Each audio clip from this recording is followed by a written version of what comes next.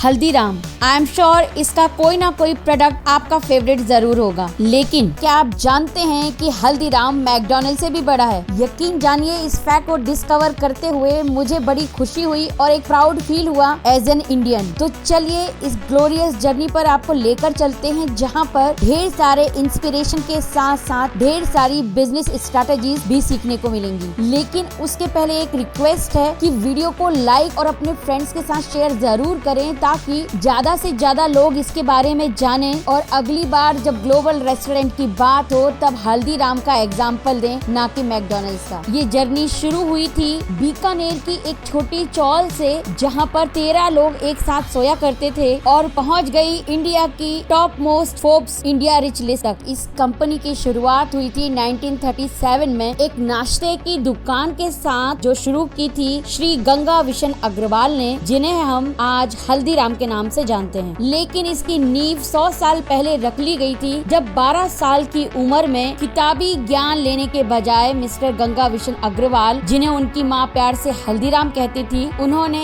अपने पिता के साथ फैमिली बिजनेस ज्वाइन किया। उस समय राजस्थान में भुजिया बड़ी ही फेमस थी, गली गली में इसकी दुकान थी, और ऐसी ही दुकान हल्दीराम जी के पिता ने शुरू की थी, जिससे बड़ी मुश्किल से उनके घर की दाल रोटी चल जाया करती थी। लेकिन इसके पहले परिवार ने इतनी गरीबी देखी थी कि वो इससे खुश थे, क्योंकि 11 वर्ष की उम्र में ही हल्दीराम जी की शादी हो गई थी और उन पर जिम्मेदारियों का बोझ था। उन्हें ये काम चलाऊ इनकम रास नहीं आ रही थी। उन्होंने इसे बड़ा बनाने का सोचा, तो फैमिली में झगड़े होना शुरू हो गए। अल्टीमेटली मिस्टर हल्दीराम उनकी फैमिली से अलग हो गए और उन्होंने इस बिजनेस की शुरुआत की इन 1937। फ्रेंड्स, किसी भी बिजनेस में सक्सेस का पहला मंत्र होता है you keep on changing your product, innovating it. Haldiram ji इस बात में माहिर थे। उन्होंने भुजिया में पहले तो बेसन के बदले मोट की दाल यूज करना शुरू किया, जिससे ये क्रिस्पी हुई और इसकी सेल्स बढ़ी। लेकिन वो इससे भी सेटिस्फाई नहीं हुए, उन्होंने इसे और टेस्टी बनाना शुरू किया। इसका शेप चेंज किया। पहले जो भुजिया आती थी वो काफी मोटी होती थी, तो इन्होंने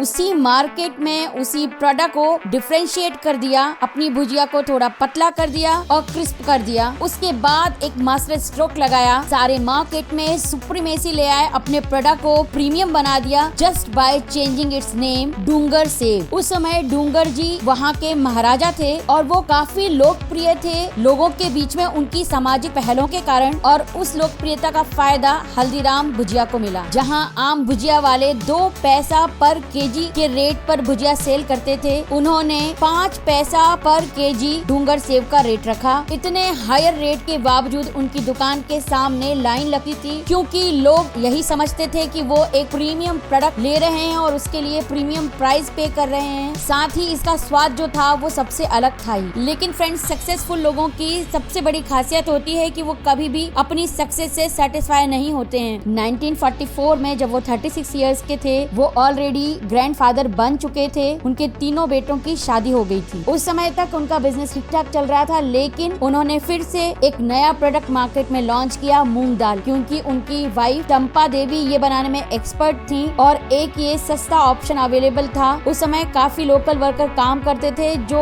एक ऑप्शन की तलाश में थे, जिससे उनका पेट भी भर जाए और महंगा भी ना पड़े। हल्दीराम जी ने चंपा देवी की दाल में थोड़ा सा कस्टमर टेस्ट के हिसाब से चेंज किया और ये प्रोडक्ट लॉन्च कर दिया, जो कि काफी हिट हो गया again in the labour class. यानी उन्होंने प्रीमियम प्रोडक्ट भी बनाया और मार्केट की डिमांड के हिसाब से चीपेस्ट प्रोडक्ट भी बनाया। 1950 में हल्दीराम जी के फ्रेंड के बेटे की शादी थी, भुजिया बनाने का ऑर्डर उन्हें मिला था, तो हल्दीराम जी बीकानेर से अपनी भुजिया बनाकर कोलकाता ले गए। बीकानेर में तो ये प्रोडक्ट बहुत फेमस था, लेकिन कलकत्ता के मारवाड़ीज ने इसका स्वाद नहीं चखा था। शादी में आने वाले मेहमानों को भुजिया का टेस्ट बहुत पसंद आया और उन्होंने एक आइडिया दिया कि क्यों ना आप कलकत्ता में भी अपनी ब्रांच खोल लें। बस फिर क्या था, हल्दीराम जी चल पड़े कोलकाता अपने सेकंड सन के साथ मिस्टर रामेश्वर लाल। धीरे धीरे वहाँ भी बिजनेस काफी चलने लगा एंड बाय 1967 कलकत्ता का बिजनेस बीकानेर की शॉप से भी अच्छा चलने लगा, क्योंकि कलकत्ता में मारवाड़ी कम्युनिटी भी काफी बढ़ रही थी और हायर प्राइसेस पे करने में भी सक्षम थी। उस समय बीकानेर का सारा बिजनेस उनके बड़े बेटे मूलचंद जी देख रहे थे। हालांकि उन्होंने इस बिजनेस को ज्यादा नहीं बढ़ाया, लेकिन उनके चारों बेटों ने इस बिजनेस को काफी आगे बढ़ाया और आज हमारे सामने जो बड़ा हल्दीराम है वो इनकी ही देन है। उनकी एक बेटी भी थी, वो वो भी इस बिजनेस में कुछ करना चाहती थी। फैमिली में काफी डिबेट हुआ, उसके बाद ये डिसाइड हुआ कि वो नागपुर में जाकर अपनी ब्रांच ओपन करेगी। सरस्वती देवी को स्नैक्स बनाने तो आते थे, लेकिन उन्हें बेचना और बिजनेस को मैनेज करना नहीं आता था, इसीलिए नागपुर में ये बिजनेस कुछ खास चला नहीं और मूलचंद जी ने अपने सबसे बड़े बेटे शिव विशन अग्रवाल को नागपुर भेजा। उन्होंने देखा कि नागपुर में लोग भुजिया के बारे में जानते भी नहीं हैं, लेकिन इतने अच्छे प्रोडक्ट को टेस्ट करने के लिए वहाँ की पब्लिक तैयार भी नहीं थी। उसके पीछे उन्होंने रीजन पता लगाया तो उन्हें पता चला कि जल्दी से नागपुर में नए प्रोडक्ट को कोई अडॉप्ट नहीं करता है, इसीलिए उन्होंने पहले लोकल प्रोडक्ट बेचना शुरू किए। उसके बाद जब उनका ब्रांड इस्टेब्लिश हो गया तब उन्होंने भुजिया इंट्रोड्यूस की। इसके अलावा उन्होंने यहाँ पर मास्टर स्ट्रोक किया with a new sweet kaju katli, क्योंकि नागपुर में 3-4 तरह की मिठाइयाँ ही फेमस थी, उनके ये नई मिठाई काफी ज्यादा हिट हो गई। अगर Shiv Kishan ji man of execution थे तो उनके ब्रदर मनोहर लाल जी थे मैन ऑफ ब्रांडिंग। 1970s में पैकेजिंग कोई नहीं जानता था और भुजिया को पेपर में या और हायर बोले तो लो क्वालिटी प्लास्टिक में पैक करके दिया जाता था। तब उन्होंने हाई क्वालिटी प्लास्टिक बैग्स को ब्रांड नेम दिया हल्दीराम भुजिया वाला और अपनी पैकेजिंग को भी लगातार इम्प्रूव करते रहे। फिर रंग बिरंगे पैकेट इंट्रोड्यूस किए to grab customer attention. Nagpur में ट्रिमेंडस सक्सेस के बाद शिव किशन जी ने प्लान किया टू गो टू दिल्ली, देश की राजधानी। उन्होंने मनोहर लाल जी को वहां भेजा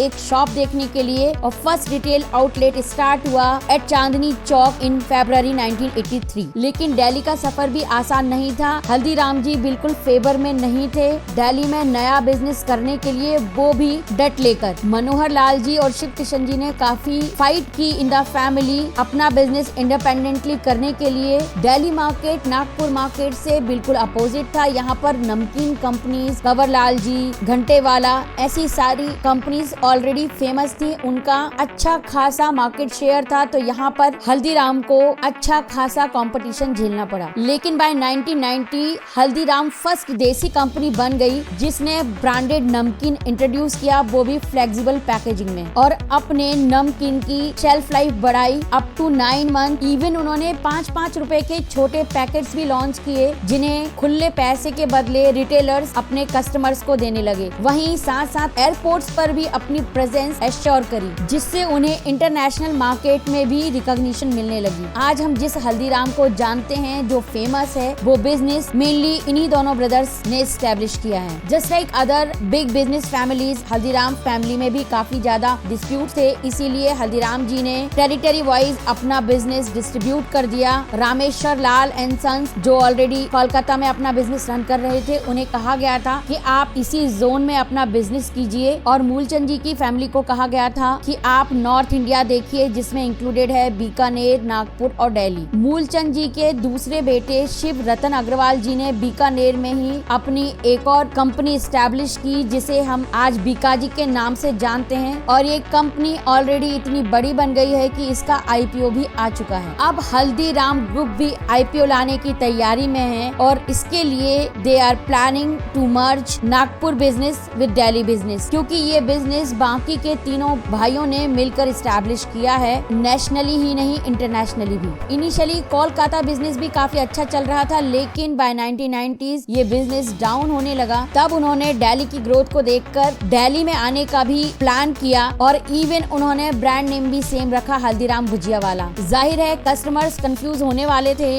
इसीलिए ये मामला अल्टीमेटली कोर्ट में गया, और 15 साल की फाइट के बाद 2013 में दिल्ली बेस्ड हल्दीराम भुजिया वाला को हल्दीराम भुजिया वाला का सोल ओनर डिक्लेयर कर दिया गया। फिर कलकत्ता में हल्दीराम जी के ग्रैंडसन प्रभु जी ने अपने नाम पर बिजनेस स्टार्ट किया, Prabhu ji from the house of Haldiram. लेकिन इस ब्रांड को भी इतनी सक्सेस नहीं मिली, क्योंकि इसके owners most of the time court cases में ही उलझे रहे। इवन प्रभु शंकर अग्रवाल जी को 2010 में उम्र कैद की सजा भी हुई थी टी स्टॉल मालिक को मारने के अटेम्प्ट करने के लिए। कोलकाता बेस्ड ओनर्स में से मिस्टर महेश अग्रवाल की अनफॉर्चुनेटली कोविड के दौरान डेथ हो गई। ऐसा नहीं है कि नागपुर और दिल्ली बिजनेस को कोई प्रॉब्लम्स नहीं आई। 1984 में सिख दंगों के दौरान दिल्ली में हल्दीराम के अपार्टमेंट, उनकी फैक्ट्री और उनकी शॉप को जला दिया गया था। मनोहर लाल जी ने अपनी पूरी फैमिली को बीकानेर वापस भेज दिया था, लेकिन उन्होंने अपने भाई मधु मधुसूदन अग्रवाल के साथ मिलकर दिल्ली में फिर से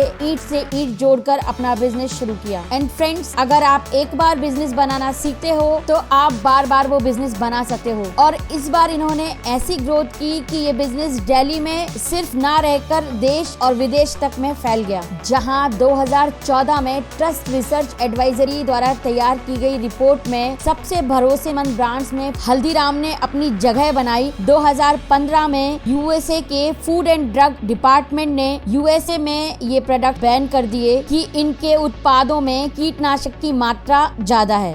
इसके बाद महाराष्ट्र गवर्नमेंट ने इसकी अलग से इंक्वायरी की और हल्दीराम को क्लीन चिट भी दे दी। इनिशियली हल्दीराम की ब्रांड वैल्यू को धक्का जरूर लगा था, लेकिन उन्होंने अपने रेवेन्यू में 13% का इंक्रीज करके सबको चौंका दिया था। रिसेंटली भी हल्दीराम पैकेट्स के ऊपर कुछ स्पेशल कैरेक्टर्स को लेकर काफी ज्यादा कंट्रोवर्सी हुई थी, लेकिन अल्टीमेटली वो इससे भी बाहर आ गए। सो इस ब्रांड स्टोरी में एक बॉलीवुड मूवी की तरह सब कुछ है। Emotions, pride, family dispute, failure और सक्सेस सिर्फ और सिर्फ हार्डवर्क के बेसिस पर। कई सारी बिजनेस स्ट्रैटेजीज इस ग्रुप ने खुद ही इवॉल्व की, जिसे अब काफी सारे बिजनेस ओनर्स अडॉप्ट कर रहे हैं। लेकिन पर्सनली मुझे लगता है कि एक सबसे सफल स्ट्रैटेजी गंगा बिशन अग्रवाल जी ने की थी। अपने माँ के द्वारा दिए गए नाम को अपने बिजनेस का ब्रांड बनाया हल्दीराम। जो बिजनेस शुरू ही मदर्स लव एंड ब्लेसिंग पर हुआ हो, उसे कौन रोक सकता है। आपको क्या लगता है सबसे अच्छी स्ट्रैटेजी कौन सी थी इस ग्रुप की? कमेंट जरूर करें। Do like the video, be informed, be profitable and keep watching wealth academy. Thank you.